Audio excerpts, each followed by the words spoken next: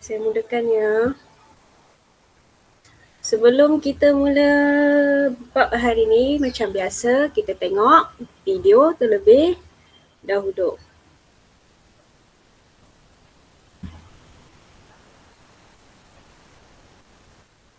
Kalau tak nampak skrin, tak dengar suara, bagi tahu saya.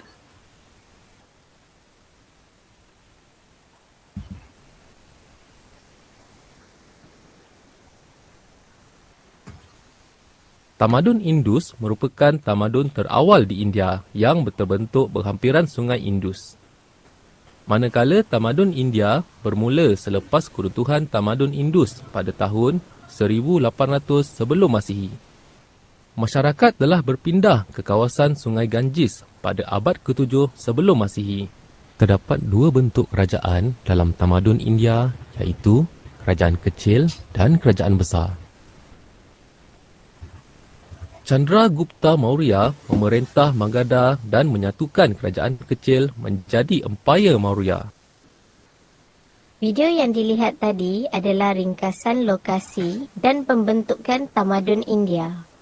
Dalam video tersebut menunjukkan perluasan kuasa telah berlaku dan membentuk kerajaan-kerajaan penting seperti kerajaan Magadha.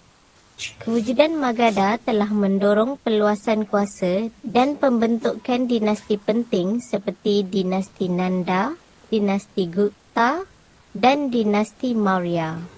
Ketiga-tiga dinasti tersebut hebat memperluaskan kuasa sehingga membentuk empayar yang luas. Perluasan kuasa yang berterusan berlaku telah mengembangkan kerajaan dan berubah membentuk negara India pada masa kini. Video ni pasal apa?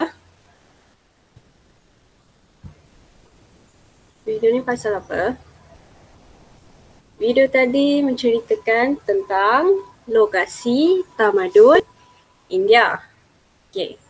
Bab 7 ni kita akan masuk bab baru, iaitu menceritakan tentang tamadun India. Tamadun India dan tamadun Cina. Okey. Sebelum ini bab 4 kita dah belajar tamadun Indus. Tamadun Indus lokasi dia di lembah Sungai Indus. Jadi bab 7 ini ialah kesinambungan daripada tamadun Indus. Kesinambungan daripada tamadun Indus. Saya ada bagi tahu semasa tamadun Indus ni ada berlaku keruntuhan. Tamadun Indus. Ada dua sebab kenapa tamadun Indus ini runtuh. Sebab yang pertama ialah bencana alam. Saya ada bagi tahu tamadun Indus ni sering dilanda banjir. Oleh sebab itu tamadun Indus ni, masyarakat tamadun Indus selalu cara nak mengatasi banjir tu dia membuat sistem pembentungan, dia buat sistem pengairan, tetapi masih berlaku banjir besar dalam tamadun Indus. Sebab yang kedua dalam tamadun Indus ialah serangan orang Aryan dalam tamadun Indus. Okey, hari ni kita nak masuk tamadun India.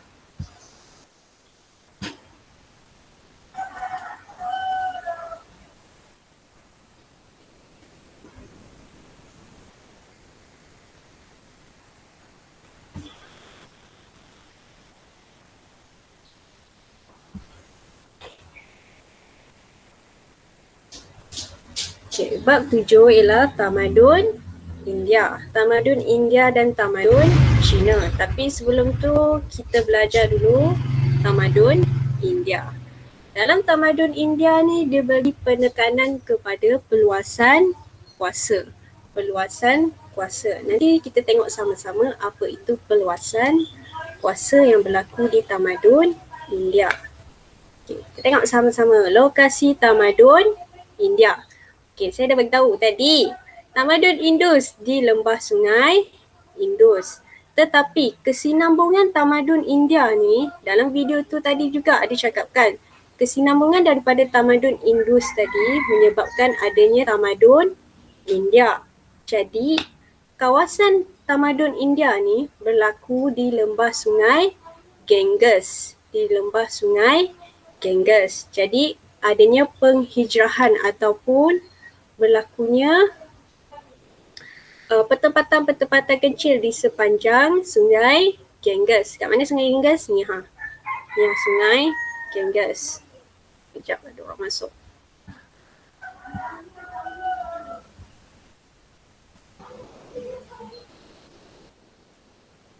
Kat mana sungai Ganges tadi? Dekat sini. Jadi sepanjang sungai Ganges sini adanya pertempatan ataupun kerajaan-kerajaan kecil didirikan. Seperti nanti kita dapat lihat. Kerajaan yang popular di tamadun India ialah Magadha. Okey. Ini ialah kerajaan kecil dalam tamadun India. Nanti kita dapat lihat sama-sama Magadha ini akan menguasai kerajaan-kerajaan lain. Okey, perkembangan tamadun India. Saya dah beritahu. Tamadun Indus ialah kesinambungan berlakunya tamadun India. Okey, kenapa berlaku kesinambungan? Sebab tamadun Indus runtuh ada dua sebab tadi. Sebab yang pertama berlaku bencana alam, adanya banjir besar. Sebab yang kedua ialah adanya pendapat lain mengatakan ada serangan orang Aryan. Oleh itu tamadun Indus runtuh dan berlakunya perpindahan masyarakat tamadun Indus ke sepanjang sungai Ganges. Jadi apabila berlaku perpindahan sungai Ganges, berlakunya pertempatan dan kerajaan-kerajaan kecil muncul di lembah Ganges. Jadi kerajaan-kerajaan kecil di lembah Ganges dipanggil sebagai Janapada. Kerajaan-kerajaan kecil dipanggil sebagai Janapada. Kemudian macam biasa, apabila berlaku pembentukan tamadun, adanya pembentukan kerajaan besar. Jadi, kerajaan-kerajaan kecil ni terbentuknya daripada Janapada ni membentuk kepada kerajaan yang lebih besar. Dipanggil pula sebagai Mahajanapada. Mahajanapada. Maha itu bermaksud besar. Jadi Mahajanapada membentuk kerajaan yang lebih besar. Saya ada bagi tahu tadi, kita tengok peta semula. Magadha ni merupakan kerajaan kecil dalam tamadun India. Tetapi bagaimana nak membentuk sebuah Mahajanapada tadi, sebuah kerajaan besar dalam tamadun India ialah Magadha ni melakukan perluasan kuasa dengan menakluk kerajaan-kerajaan kecil ini menjadi sebuah kerajaan besar. Dipanggil sebagai Mahajanapada. Boleh faham setakat ni?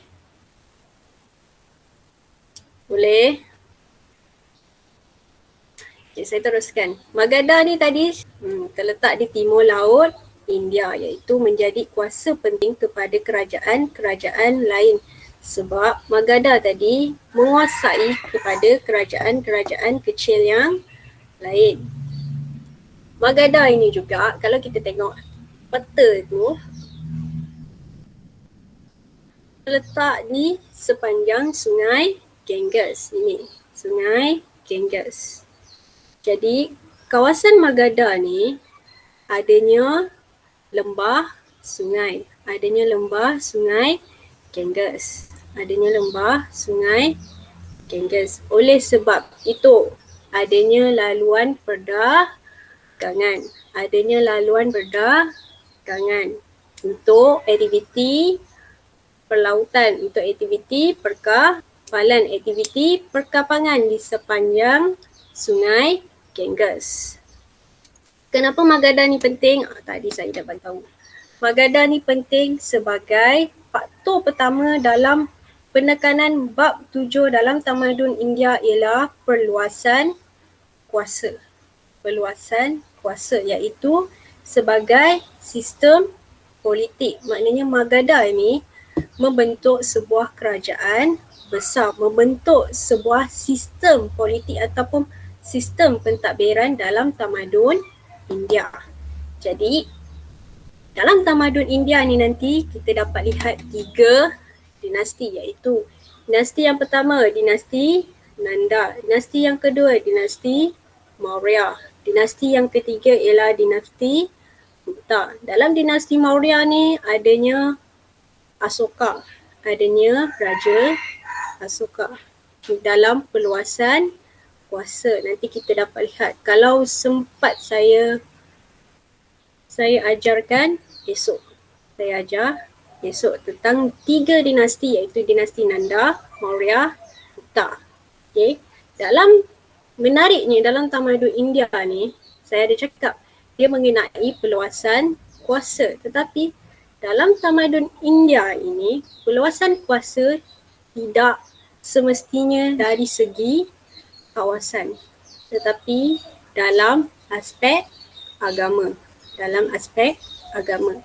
Nanti kita tengok satu demi satu. Kalau sempat saya ajarkan esok ataupun kelas seterusnya. Okay. Apa itu perluasan kuasa?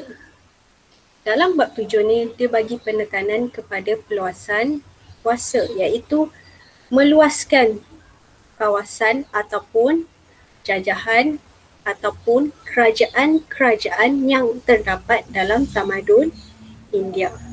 Itu ialah perluasan kuasa.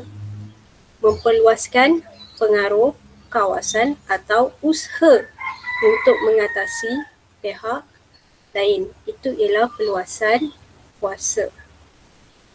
Kenapa wujudnya perluasan kuasa?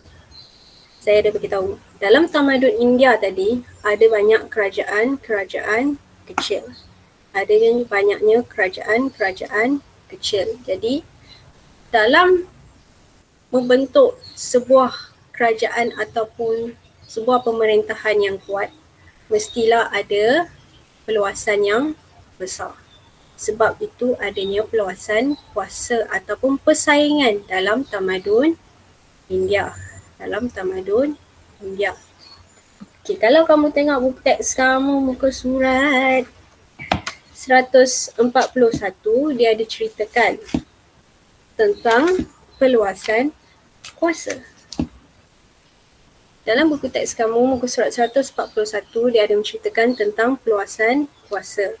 Menariknya dalam tamadun India ni, perluasan kuasa tidak berlaku secara fizikal sahaja.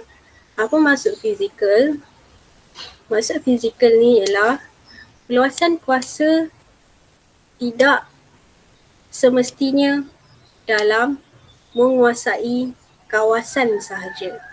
Tetapi dalam tamadun India ni berlakunya perkembangan agama. Perkembangan agama. Okay. Kalau kita dapat lihat nanti dalam dinasti Maurya adanya agama Buddha. Adanya agama Buddha dalam dinasti Maurya. Kalau dalam dinasti Gupta adanya agama Hindu. Adanya agama Hindu. Start bermulanya kuasa dalam dinasti Maurya. Nanti kita dapat lihat esok ataupun kelas seterusnya saya akan ceritakan dengan lebih lanjut. Dalam dinasti Maurya, dalam pemerintahan Asoka, salah satu raja dalam tamadun India, dia akan mulakan perluasan dari segi sudut agama, iaitu agama Buddha. Kenapa bermulanya perluasan dari sudut agama? Asoka melihat banyak kecederaan yang berlaku dalam tenteranya. Banyak kecederaan dan banyak pembunuhan yang berlaku pada tentera dan rakyat dia. Jadi dia mengubah satu ataupun membuat satu persepsi baru, iaitu dengan melakukan peluasan kuasa dari segi sudut agama dan bukan sahaja dari sudut kawasan sahaja dalam tamadun India. Boleh faham? Okay, peluasan kuasa tamadun India, boleh faham? Boleh tu. Okey, bagus. Dalam permulaannya, dalam dinasti yang pertama iaitu dinasti Nanda. Dinasti pertama dalam tamadun India, dinasti Nanda bermula dengan peluasan kawasan, peluasan fizikal. Dalam dinasti Maurya nanti kita dapat lihat dinasti Maurya berlakunya perkembangan peluasan iaitu bermula dengan peluasan kawasan, tetapi lama kelamaan pada pemerintahan Raja Asoka, dia melihat tentera dan rakyat dia banyak terbunuh dalam peluasan kuasa. Jadi dia mengubah persepsi kepada peluasan agama Buddha. Okey, dalam dinasti terakhir dalam tamadun India bab 7, dinasti Gupta. Jadi berlakunya peluasan fizikal juga dan ada peluasan agama iaitu agama Hindu. Peluasan kawasan dan agama, agama Buddha, agama Hindu. Ini ialah peluasan kawasan ataupun peluasan kuasa dalam tamadun India. Okey, faktor-faktor peluasan kuasa. Dalam buku teks kamu dia ada bagi 1, 2, 3, 4, 5 faktor peluasan kuasa. Jadi hari ni kita nak bincangkan 5 kenapa berlakunya peluasan kuasa dalam tamadun India. 5 faktor ataupun 5 sebab kenapa berlaku peluasan kuasa dalam tamadun India. Ada 5. Okey, faktor yang pertama. Faktor kekuatan ketenteraan. Okey.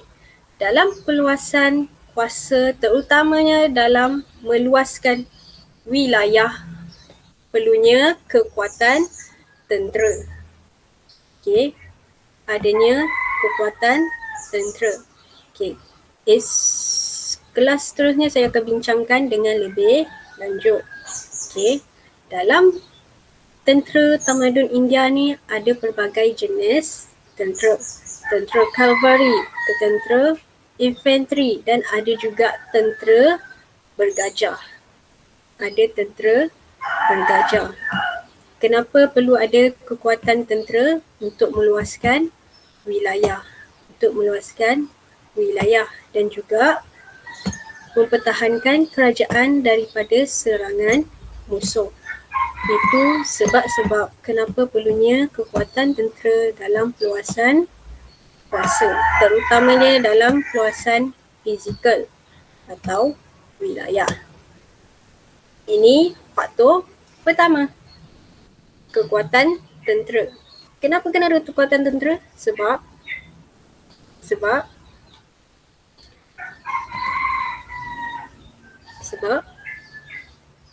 sebuah wilayah yang kuat, sebuah wilayah yang dianggap kuat, mestilah ada sebuah kekuatan tentera yang kuat untuk meluaskan kuasa. Sebab itu dalam sesebuah tamadun ataupun dalam sesebuah tampuk pemerintahan kena ada tentera. Ini faktor pertama. Faktor kedua, dasar pemerintahan. Apa maksud dasar pemerintahan ni? Dasar pemerintahan ni maksud, kalau nak bahasa mudah, dasar pemerintahan ni arahan daripada raja. Dasar pemerintahan ni senang nak ingat, senang nak faham ialah arahan daripada raja. Itu ialah dasar pemerintahan. Okey. raja membuat dasar ataupun membuat arahan kepada rakyat ataupun kepada masyarakat sesebuah wilayah. Jadi, rakyat melaksanakan arahan daripada raja. Sebab itu saya dah cakap tadi, dalam ketiga-tiga dinasti tadi, dinasti Nanda, dinasti Maurya, dinasti Gupta, ketiga-tiga dinasti ni mempunyai dasar pemerintahan yang berbeza. Dalam dinasti Nanda kita tengok raja dia lebih menekankan perluasan wilayah. Dalam dinasti Maurya, terutamanya dalam pemerintahan Asoka, lebih menekankan keagamaan Buddha. Kalau dalam dinasti terakhir, dinasti Gupta, lebih menekankan agama Hindu dalam perluasan sesebuah kawasan. Faham? Sebab itu, raja memainkan peranan yang penting dalam faktor ataupun sebab-sebab luasan kuasa. Raja memainkan peranan penting dalam dasar pemerintahan sesebuah dinasti. Ini faktor yang kedua. Faktor yang ketiga, sumber manusia. Apa maksud sumber manusia? Sumber manusia kalau nak mudah faham ialah tenaga manusia. Itu ialah sumber manusia. Sumber manusia ialah tenaga manusia.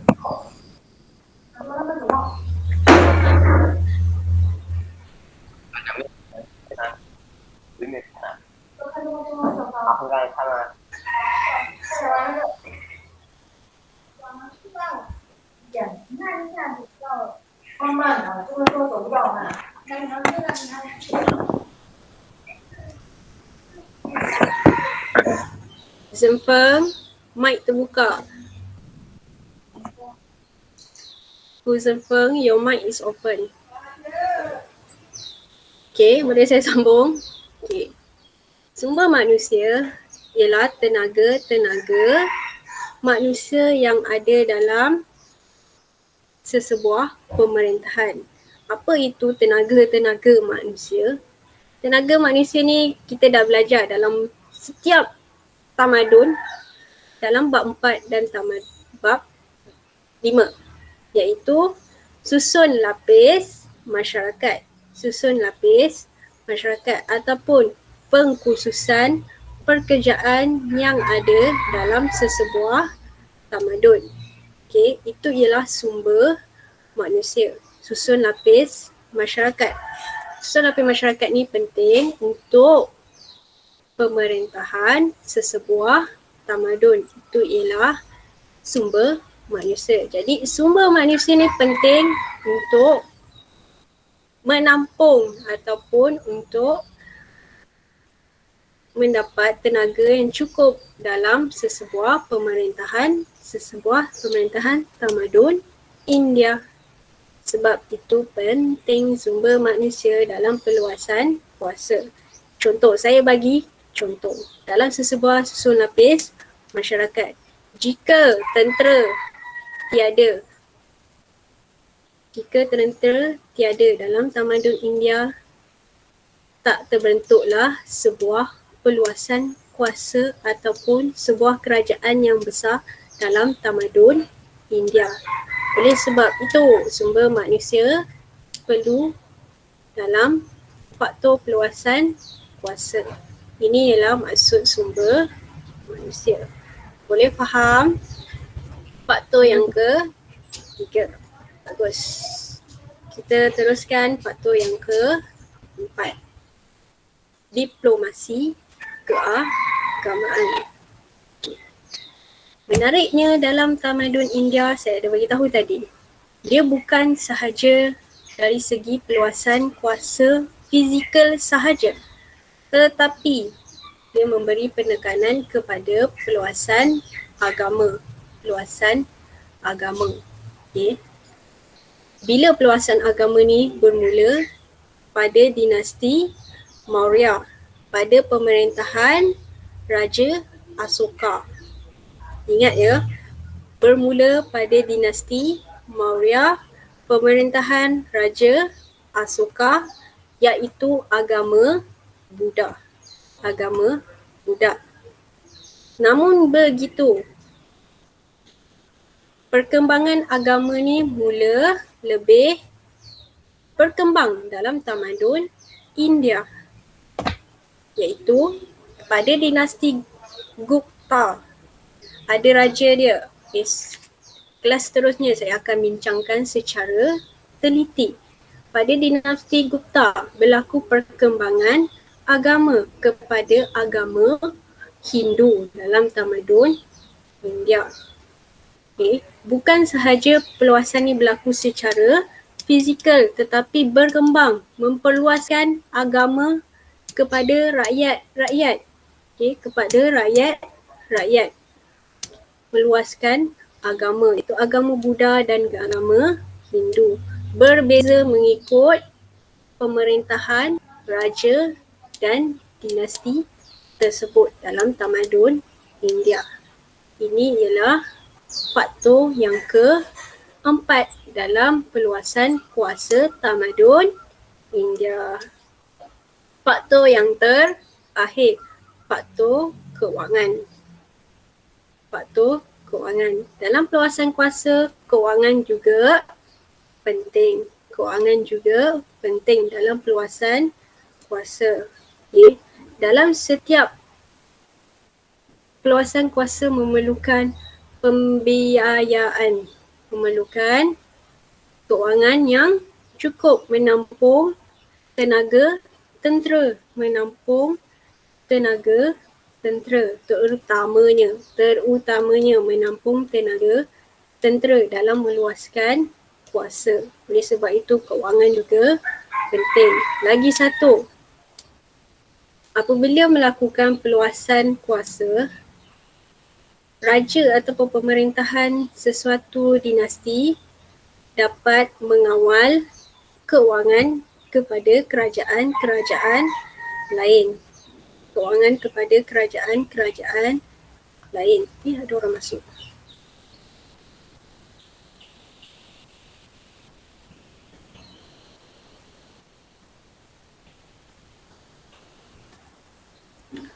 Saya teruskan ya. Okey, dalam peluasan kuasa tadi memerlukan kewangan dan mendapat kewangan. Ini faktor dalam peluasan kuasa. Memerlukan kewangan terutamanya menampung pembiayaan tentera. Mendapat kewangan sebab dapat mengawal kerajaan-kerajaan kecil sekaligus dapat mengawal keuntungan ataupun kegiatan ekonomi dalam kerajaan-kerajaan kecil yang berjaya ditakluk oleh sesebuah wilayah atau dinasti tersebut. Okey, faham? Ini ialah 5 faktor dalam peluasan kuasa. Faham? Ada soalan? Ada. Betul, tiada soalan? Kalau tiada soalan, saya bagi soalan. Okey, dalam Telegram kelas saya ada bagi quiz, pautan link quizzes. Saya nak kamu jawab. Saya bagi masa 8 atau 10 minit. Masuk dalam link tu, jawab. Nanti kita bincang sama-sama. Ada yang dah jawab ke? Dah. Saya jawab. Dah. Okey, sekejap saya check. 3 orang boleh jawab. Okey, saya bagi masa 8 minit, 10 minit. Nanti kita bincang sama-sama. JE betul semua. Wow. Okay, jawab sekarang ya. Kita bincang sama. Saya bagi masa.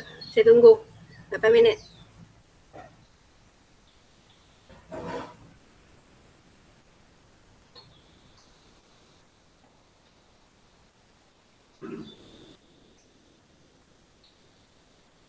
Dah siap? Kita tunggu kawan kamu sekejap.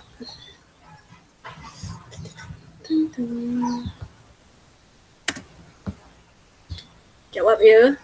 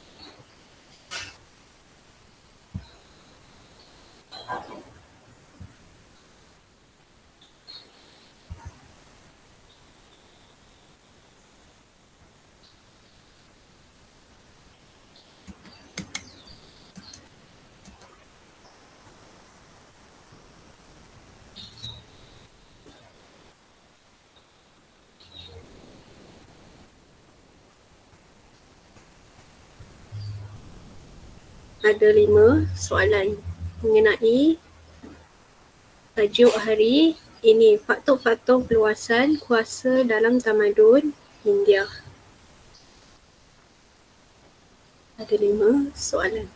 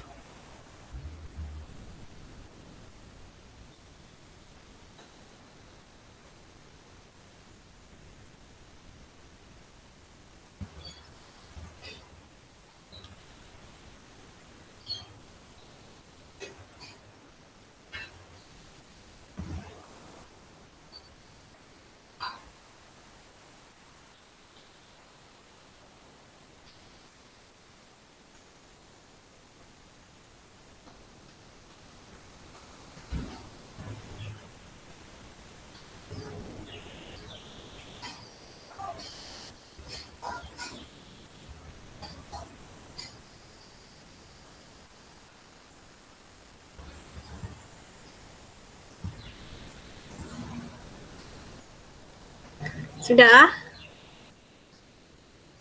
Sudah ke belum? Aku dah. Dah? Sekejap. Cek. Dah. Mari kita bincang.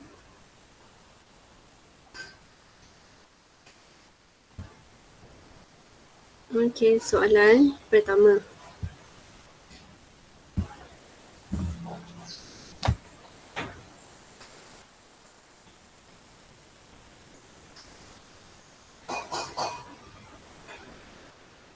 Pak Ik ada? Pak Ik Safwan ada? Okey, baca soalan 1. Lokasi tamadun India terletak di Jawapannya? Teluk Bengawan, Jawapannya? Saya tak dengar. Lembah Ganges. Lembah Ganges. Betul. Jawapannya ialah lembah Ganges. Jangan keliru. Tamadun India, lembah Ganges, sungai Ganges. Tamadun Indus, sungai Indus. Okey. Soalan 2. Kuzempeng ada?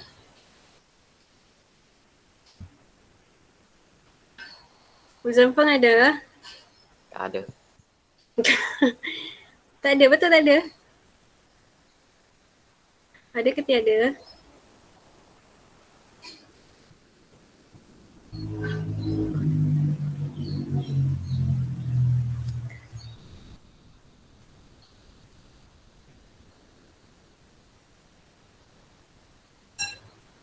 J ada? Ada. Okey, soalan 2. Kerajaan kecil yang muncul dalam tamadun Indus dikenali sebagai Janam pada. Betul, Jana. Pada kerajaan kecil tamadun India. Jana pada. Kalau kerajaan besar Maha Jana pada. Kerajaan kecil Jana pada. Jawapannya Jana pada. Soalan 3.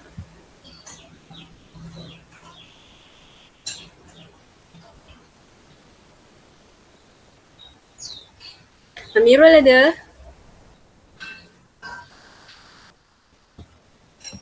Ada?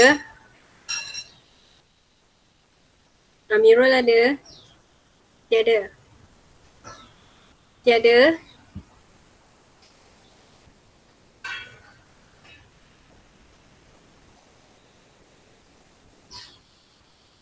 Alia Atika ada? Gua ada. Ada, okey. Soalan 3.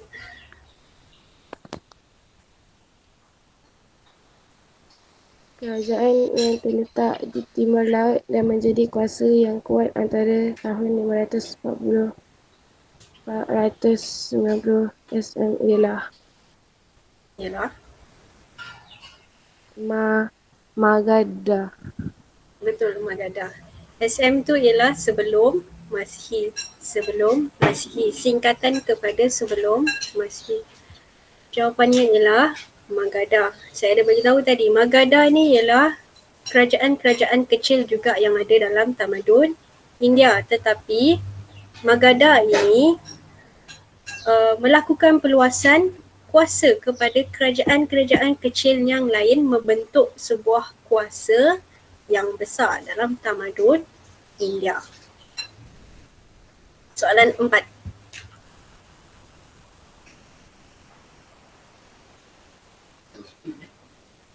Zani ada? Ada ke? Okey, soalan 4. Mengapakah kekuatan ketenteraan penting dalam dasar perluasan kuasa? Kenapa?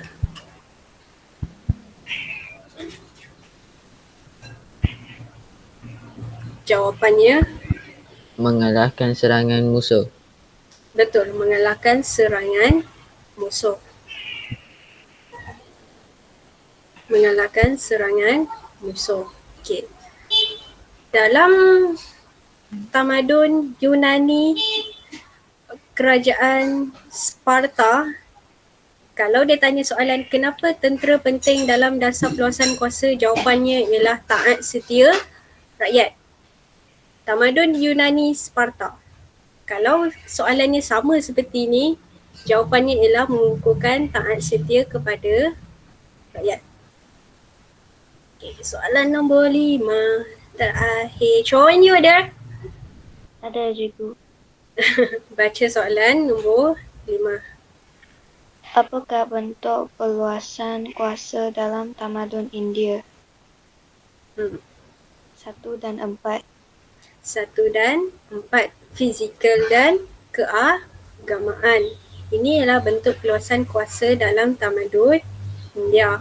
Fizikal itu maksudnya kawasan.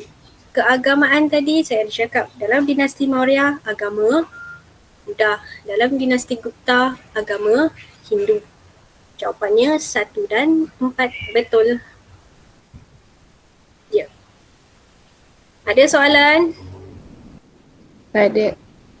Kalau tak ada, saya buat rumusan kecil terlebih dahulu. Okey, dalam tamadun India ni, okey, Dalam tamadun India bab 7 mementingkan peluasan kuasa. Mementingkan peluasan kuasa. Okay. Kamu kena ingat, dalam peluasan kuasa tamadun India ni ada dua, iaitu dari segi fizikal. Yang kedua ialah dari segi agama. Okay. Bermula dinasti Maurya, pemerintahan Raja Asoka, bermulanya peluasan dari segi agama Buddha. Dinasti Gupta ialah agama Hindu. Itu ialah peluasan kuasa dalam tamadun India. Ada 5 faktor. Ada 5 faktor. Faktor yang pertama tadi, faktor ketenteraan. Faktor kedua, dasar pemerintahan. Faktor yang ketiga, sumber manusia, iaitu dari segi tenaga manusia. Faktor keempat, dari agama. Faktor yang kelima ialah disebabkan oleh kewangan. Ini ialah 5 faktor dalam tamadun India kenapa dia membuat peluasan kuasa. Faham? Hari ni ada soalan? Ada soalan untuk hari ini? Tiada? Ada. Betul tiada?